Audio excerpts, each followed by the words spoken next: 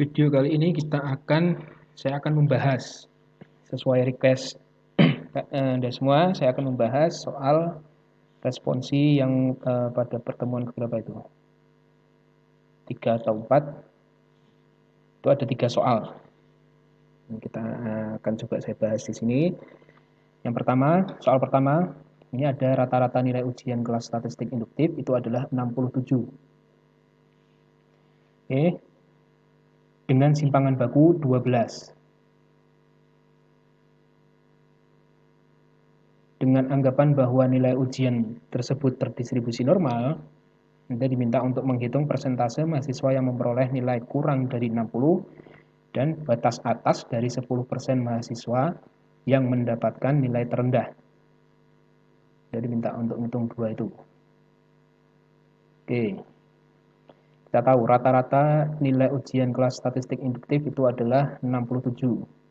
Berarti mu-nya sama dengan 67 rata-ratanya. Lihat simpangan bakunya 12. Sigma kecilnya sama dengan 12. Oke. Nah, diminta yang pertama ini adalah persentase mahasiswa yang memperoleh nilai kurang dari 60. Dengan anggapan bahwa nilai ujian tersebut terdistribusi normal. Kita mau nyari proporsi atau persentase di mana X itu adalah nilai mahasiswa yang kurang dari 60. Sama dengan berapa? Oke, karena ada anggapan bahwa nilai ini terdistribusi normal, kita bisa pakai distribusi normal. Ini distribusi normal yang biasa, yang sumbunya adalah X. Berarti nilai tengahnya adalah mu-nya, rata-ratanya. Di tengah nilai tengah ini adalah 67. Kemudian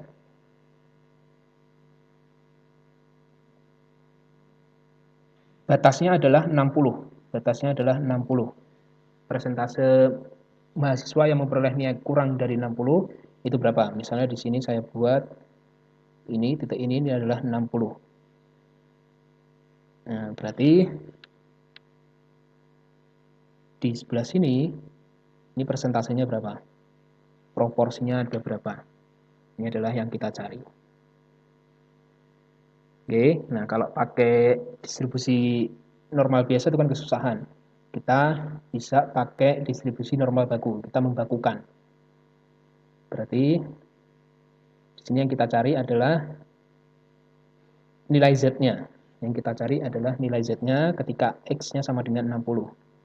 Z sama dengan X dikurangi mu, semuanya dibagi dengan simpangan bakunya.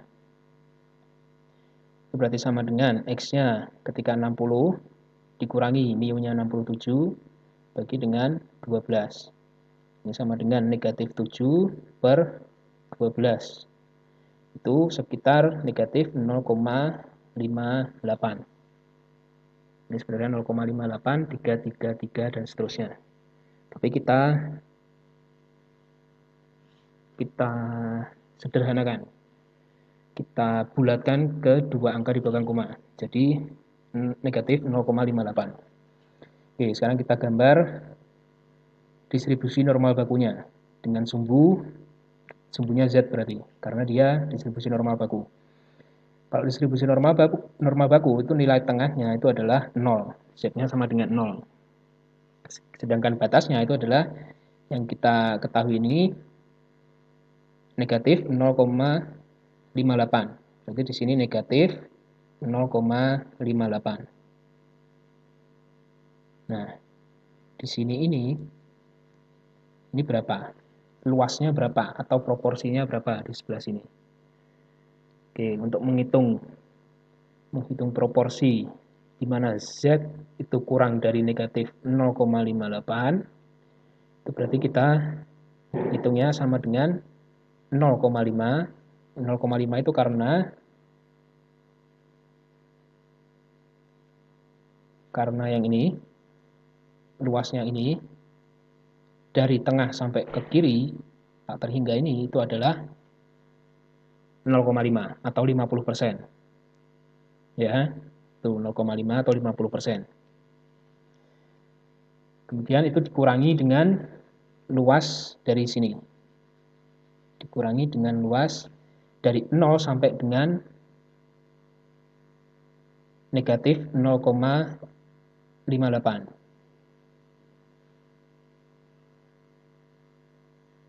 Jadi ketika Z lebih dari negatif 0,58 sampai dengan Z kurang dari 0. Nah, ini luasnya berapa? Dikurangi di situ.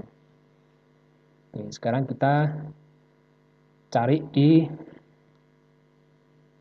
tabel distribusi norma baku. Di sini ada tabel distribusi norma baku, tabel Z. Nilainya adalah negatif 0,58. Berarti yang kita lihat yang sebelah kiri ini itu adalah 0,5-nya. Negatif positifnya dihiraukan dulu. Berarti nanti kita lihat di baris ini 0,5, kemudian kolomnya itu adalah kolom yang 8. Karena nilainya 0,58. Berarti kolom yang di sini. Itu berarti nilainya adalah 0,2190. Oke. Berarti nilainya adalah 0,2190. 0,2190 ini adalah yang merah ini.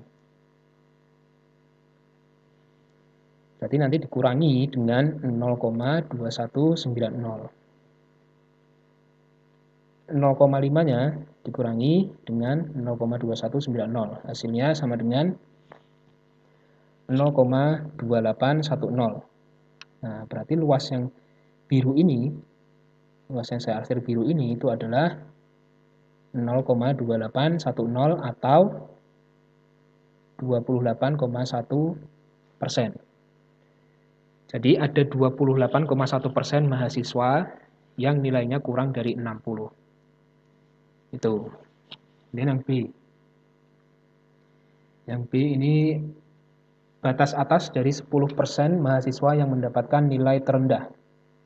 Batas atas dari 10% mahasiswa yang mendapatkan nilai terendah. Kita coba gambar distribusi normalnya dulu. Sini, ini distribusi normal yang biasa. Berarti ini X. Ya. Nilai tengahnya itu adalah rata-ratanya, mu-nya. Atau sama dengan 67. Kemudian batas atas dari 10% mahasiswa yang mendapatkan nilai terendah. Misalnya di sini. Nah, ini 10% nih. Yang di sini luasnya 10%. 10% atau 0,1.